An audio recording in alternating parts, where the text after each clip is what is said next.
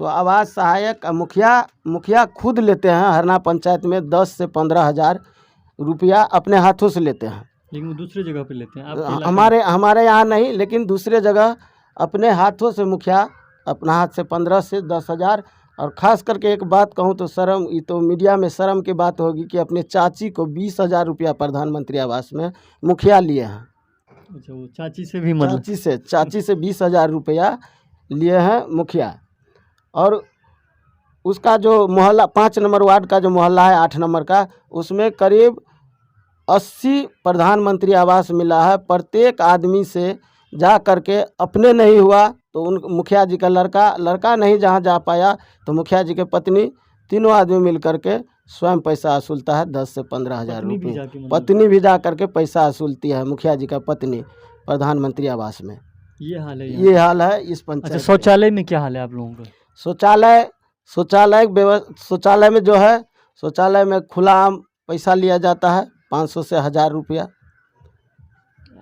आप लोगों को भी लिया जा रहा है इधर? नहीं, हम लोगों के यहाँ तो अभी शौचालय बनाया नहीं है कोई, ज़मीनें नहीं है, तो इसलिए यहाँ शौचालय नहीं बना। हम अपना शौचालय अभी से 2008 ईस्वी में हम अपना शौचालय बनाए।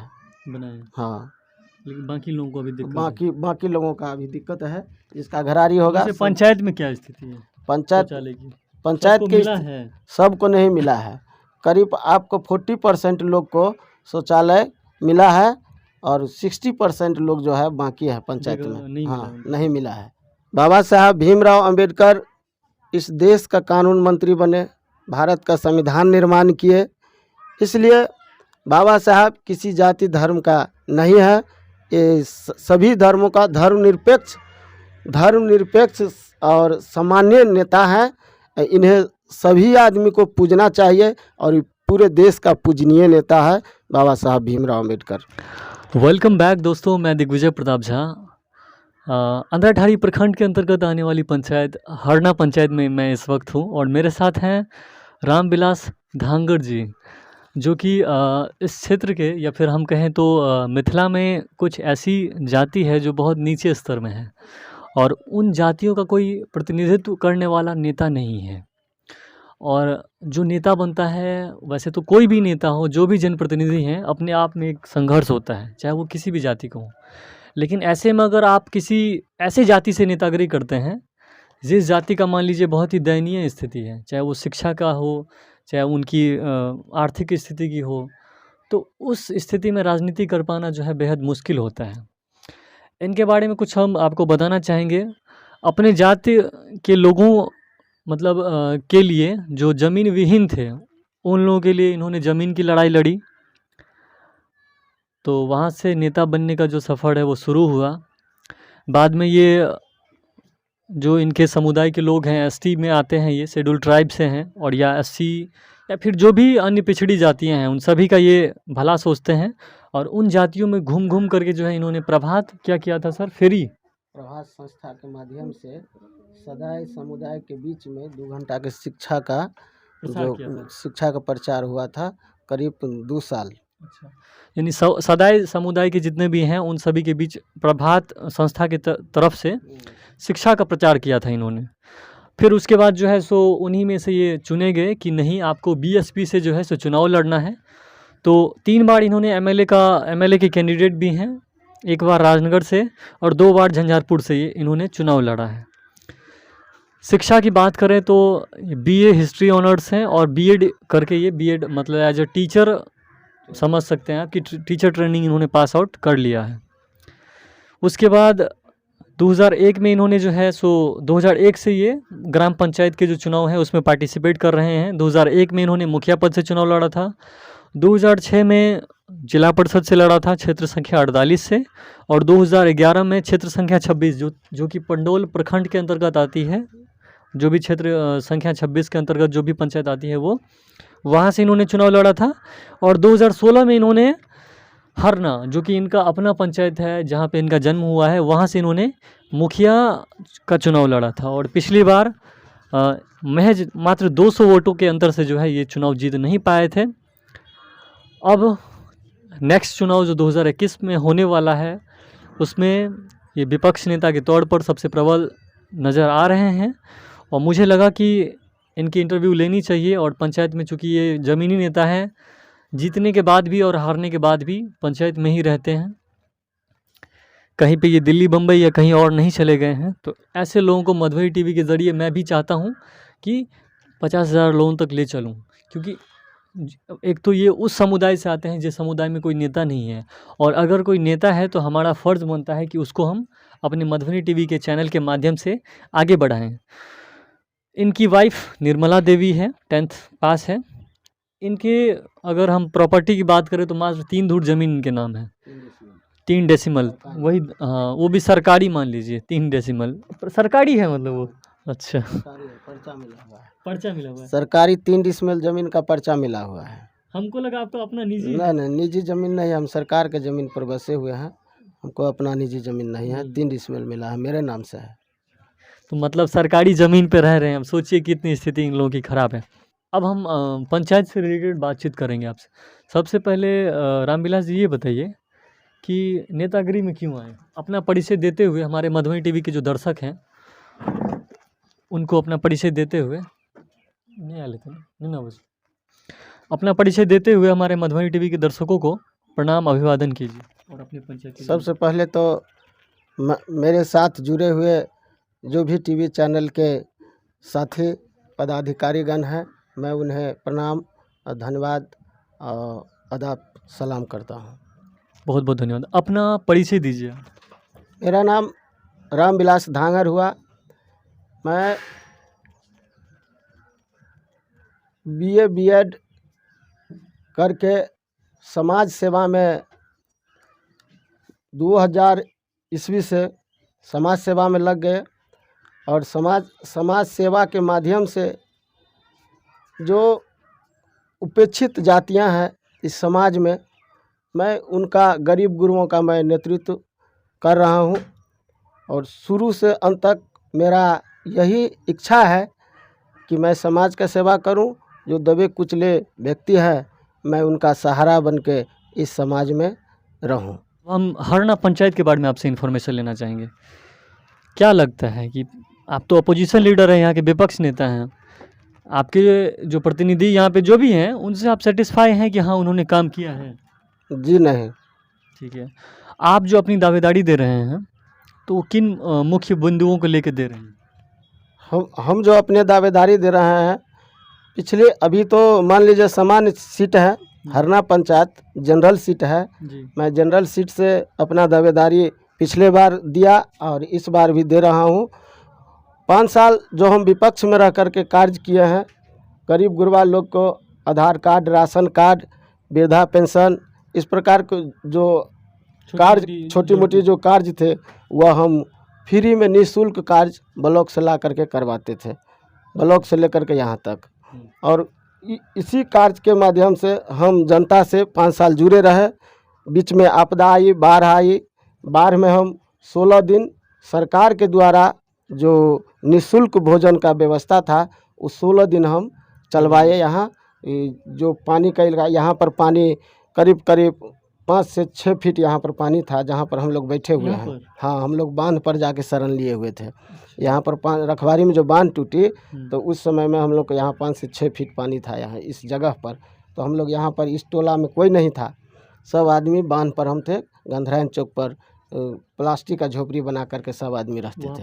हाँ, खाना पीना सब खाना सरकार के तरफ से चल रहा था। 16 दिन हम अपने से बना करके पूरा समाज को खिलाए। बहुत जान माल की हानि हुई होगी। हाँ, बहुत दिन में आया। इससे जान माल के थोड़ा खतरा नहीं हुई।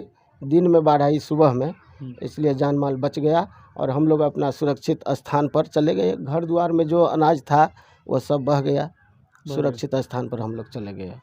तो रह गई बात पेपर डॉक्यूमेंट सबका सब नष्ट हो गया है। पेपर तो हमारा आंगनबाड़ी का पेपर भी बह गया पूरा। और इस समाज में जो भी जिसका पर्चा वगैरह था 2-4 10-20 आदमी को सबको बह गया है, दिक्कत हो गया है। हाँ, ठीक है। इस हरना पंचायत के अंतर्गत कौन कौन से रेवेन्यू विलेज आते हैं वो बताइए। हरना पंचायत के अंतर्गत एक गंधरायन है, ब्रह्मोत्तर, गंधरायन शिवोत्तर, भदवार और हरना, बस मात्र 4 गो रेवेन्यू विलेज है। आप हम इस वक्त कहाँ पर हैं? हम शिवोत्तर में बैठे हुए हैं, गंधराइन शिवोत्तर में। अच्छा, क्या लगता है आपको, अगर हम पंचायत की सिर्फ सड़क के बारे में पूछें कि कैसी स्थिति है यहाँ की, तो आप क्या बोलेंगे? पंचायत के जो सड़क की स्थिति है वह बहुत ख़राब स्थिति है, जर्जर हालत है। पंचायत की जो सड़क का व्यवस्था है वह आज आज पाँचवा पंचवर्षीय बीतने जा रहा है। तो हम बता देना चाहता हूँ कि मुसहर समाज का टोला है 4 नंबर वार्ड में गंधराइन में, उसमें 4 मुखिया बीत गया, अभी तक वहाँ तक एक मिट्टी तक नहीं गिरा। और उस समाज का जो हालत है आज से जो 50 साल पहले जो था उसी तरीक़ा से उसका हालत है। रह गया मेरे टोला के बात, तो इसमें तो आज तक कोई प्रतिनिधि मेरे सिवा नहीं देखा, चाहे वो मेरे यहाँ के प्रमुख हो या मेरे यहाँ का मुखिया हो। यहाँ हम लोगों को कोई नहीं देखता। जो भी कार्य करते हैं इस टोला का वो मैं अपने करता हूँ। आप लोग मिल के मतलब करते हैं? हाँ, मैं अपने यहाँ का नेतृत्व मैं अपने करता हूँ। वार्ड मेंबर भी अपना कार्य में लगा रहता है, मैं पूरा कार्य यहाँ का मैं देखता हूँ। और रह गई रोड सड़क में अगर हम बोले और कहाँ पे दिक्कत है आपकी पंचायत में, क्योंकि आप तो हर जगह के नेता हुए, आप सिर्फ यहीं के नहीं हुए, नहीं, क्योंकि आप अगर मुखिया चुनाव लड़ते हैं तो इस पंचायत के तमाम जितने भी हैं हर जगह के आप नेता हैं। 4 नंबर वार्ड से हम शुरू करते हैं। 4 नंबर वार्ड में जो सड़क का जो यहाँ से अमात टोली जाने वाला सड़क है वो बहुत जर्जर है, अभी तक नहीं बना है। वहाँ मुसहर टोली में सड़क नहीं है। इसके बाद में चले आइए आप 1 नंबर वार्ड में कालीकांत झा के घर से लेकर के प्रभाचरण झा के घर तक रोड बनना आवश्यक है। एक महादेव स्थान है, वहाँ जाने के लिए रोड की आवश्यकता है। और 3 नंबर वार्ड में रोड जो है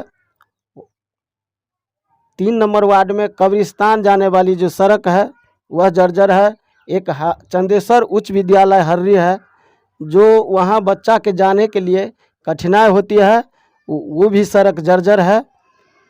उसरार के सटे हुए हमारा वार्ड है 5 नंबर वार्ड।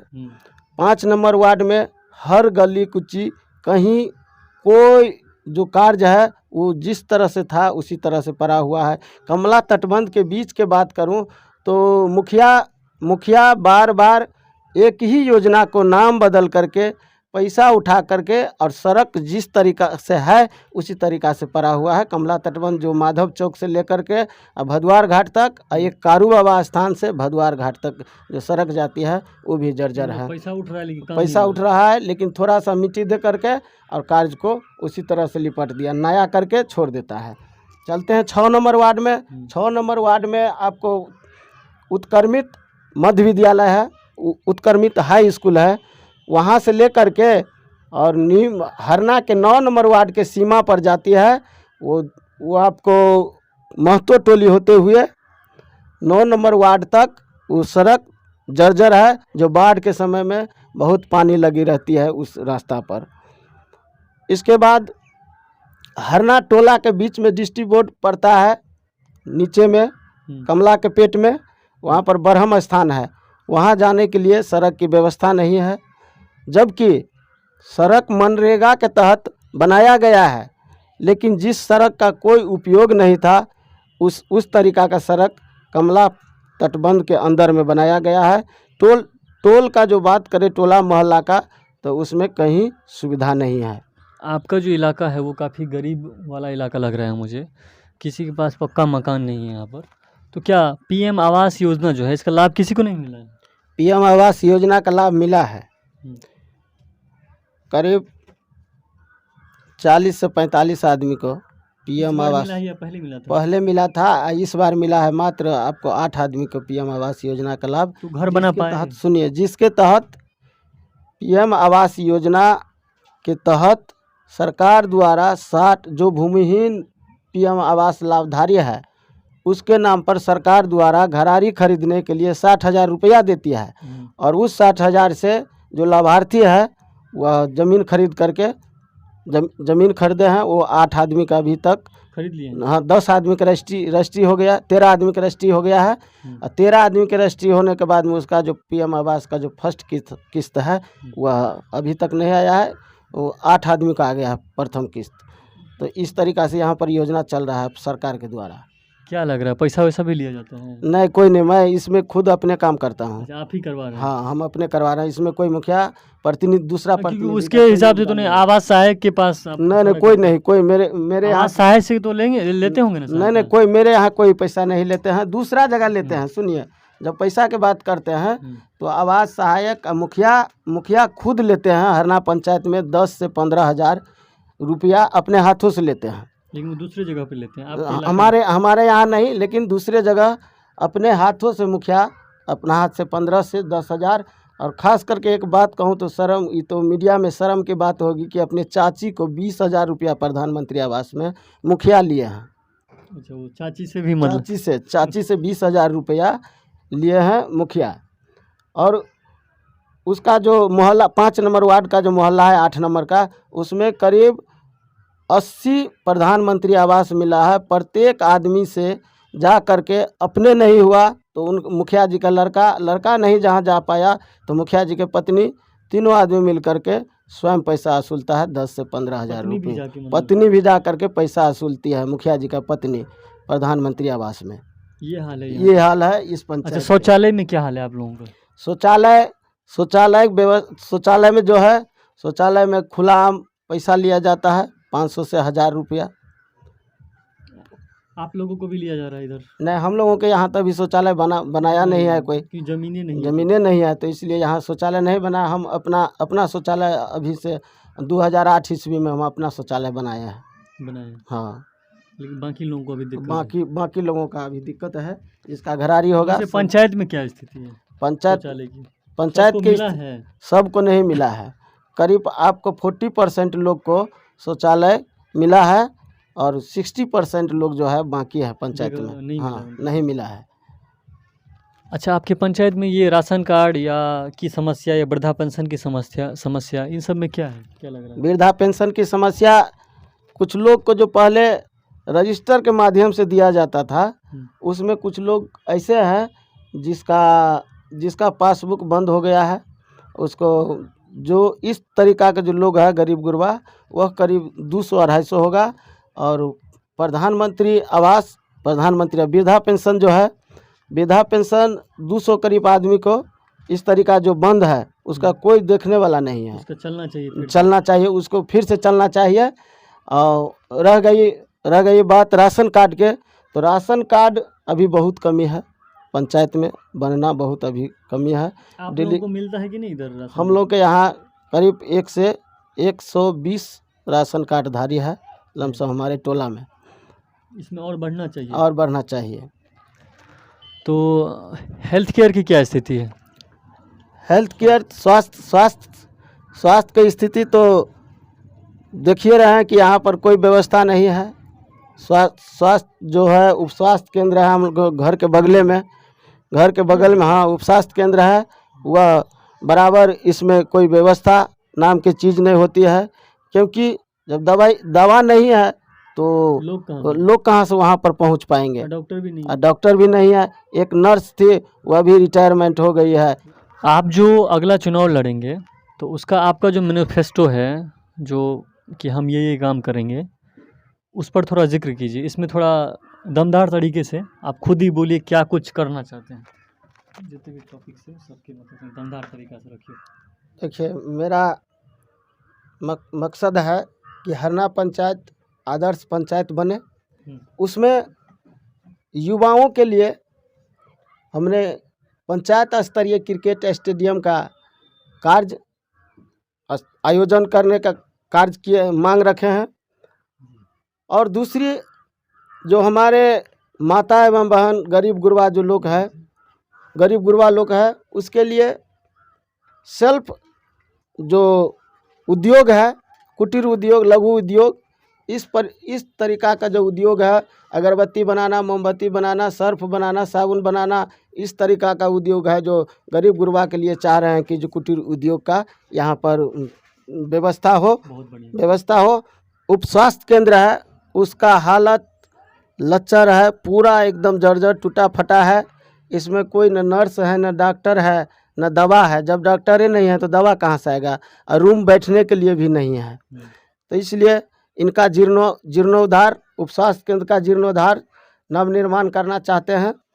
और रह गई बात कि पंचायत स्तर में जो युवाओं के लिए खेल सामग्री का व्यवस्था और पुस्तकालय, जो बड़े बुजुर्ग लोग हैं इस पंचायत में, उसके लिए पुस्तकालय की व्यवस्था। और हमारे पंचायत में अभी तक बिहार सरकार भवन, जो पंचायत सरकार भवन होता है, वो अभी तक नहीं बना है। एक और जो मुखिया जीत कर चले जाते हैं और पंचायत में घूम कर के देखने के लिए नहीं आता है, तो एक मैं अपना स्तर से एक आयोजन रखे हैं कि मुखिया प्रत्येक माह मुखिया आपके द्वार होगा और आकर के आपकी जो जन समस्या है वह सुनेंगे। इसलिए हम मुखिया आपके द्वार प्रत्येक माह लगाएंगे। और पंचायत स्तरीय अपने माध्यम से हम एम्बुलेंस की व्यवस्था करवाएंगे और नवयुवकों के लिए क्रिकेट स्टेडियम का निर्माण करेंगे। तो बहुत बढ़िया। कुल मिलाकर के बात करें तो हर पंचायत की ये ज़रूरत है मेरे ख्याल से। इन्होंने जो मुख्य 6 पॉइंट रखे हैं, जिसमें पंचायत में युवाओं के लिए क्रिकेट स्टेडियम, पंचायत में लघु एवं कुटीर उद्योग, अगरबत्ती, मोमबत्ती या जो भी छोटी मोटी चीज़ें होती है बनाने के लिए वो, पंचायत में एम्बुलेंस की सुविधा। मान लीजिए कोई अगर मतलब इमरजेंसी होती है तो पंचायत में एक एम्बुलेंस होना चाहिए 24/7, कभी भी यहाँ के 5,000 10,000 जनता मालिकों के सेवा के लिए। पंचायत में मान लीजिए उप स्वास्थ्य केंद्र जो है उसकी स्थिति मान लीजिए रद्दी है, उसको कैसे ठीक किया जाए और कैसे सुचारू रूप से चलाया जाए। उसके बाद है इनका पॉइंट कि पंचायत में खेल सामग्री और जो भी यहाँ के स्टूडेंट हैं उनके लिए पुस्तकालय की व्यवस्था, जहाँ पे बढ़िया पुस्तक रखे जाएं और सब पढ़ें, हर वर्ग के आदमी, छोटे बड़े हर उम्र के आदमी उसे पढ़ें। और एक है इनका कि प्रत्येक माह मुखिया आपके द्वार, मतलब जीतने के बाद जो मतलब दर्शन नहीं देते हैं, सो इस योजना के तहत मान लीजिए कि कम से कम वो एक बार आपको देखने के लिए आएंगे। ये है। अब पंचायत में सरकार भवन नहीं है तो ये भी इनका एक पॉइंट है। ये 6 पॉइंट इनका मैनिफेस्टो है। बाकी और भी पंचायत के बारे में मैंने तमाम सभी क्षेत्रों में मैंने जिक्र किया है। अब हम चाहते हैं वीडियो ज़्यादा लंबा ना हो, 20-25 मिनट के अंदर ही रखना चाहते हैं हम इस वीडियो को। लास्ट में रामविलास जी, आप जनता से क्या कहना चाहते हैं? आप सबको मैं फिर से बता दूं, हरना पंचायत के भावी मुखिया उम्मीदवार हैं, यानी कि 2021 में जो 1-2 महीने बाद मुखिया चुनाव होने वाला है ग्राम पंचायत का, उसमें ये हरना पंचायत अंदरहाड़ी प्रखंड के अंतर्गत आने वाली पंचायत हरना पंचायत के मुखिया पद के भावी उम्मीदवार हैं। और 2016 में ये सेकेंड रनर अप रहे थे, 200 वोटों से जीत नहीं पाए थे। तो इस बार ये पूरे जोश के साथ फिर से मैदान में उतर रहे हैं। लास्ट में आप अपने हरना पंचायत के जनता मालिकों से क्या रिक्वेस्ट करना चाहेंगे, वो कह दीजिए। मैं तमाम हरना पंचायत वासी को प्रणाम और आशीर्वाद चाहता हूं। और मैं आप लोग से यही आवेदन करता हूं कि मैं इस पंचायत में आपके बीच में आशीर्वाद जो लेने आए हैं, उसमें हम आप लोग से आशीर्वाद चाहते हैं। और हरना पंचायत के जो सर्वांगीण विकास में जो बाधाएं हैं उसको कार्य सुचारू रूप से चलाने के लिए मैं आप लोगों से आशीर्वाद चाहता हूं। हरना पंचायत की जनता से मैं फिर पुनः प्रणाम करता हूं। जय हिंद, जय भारत, जय हरना पंचायत के जनता मालिक, जय भीम, नमो बुद्धाय।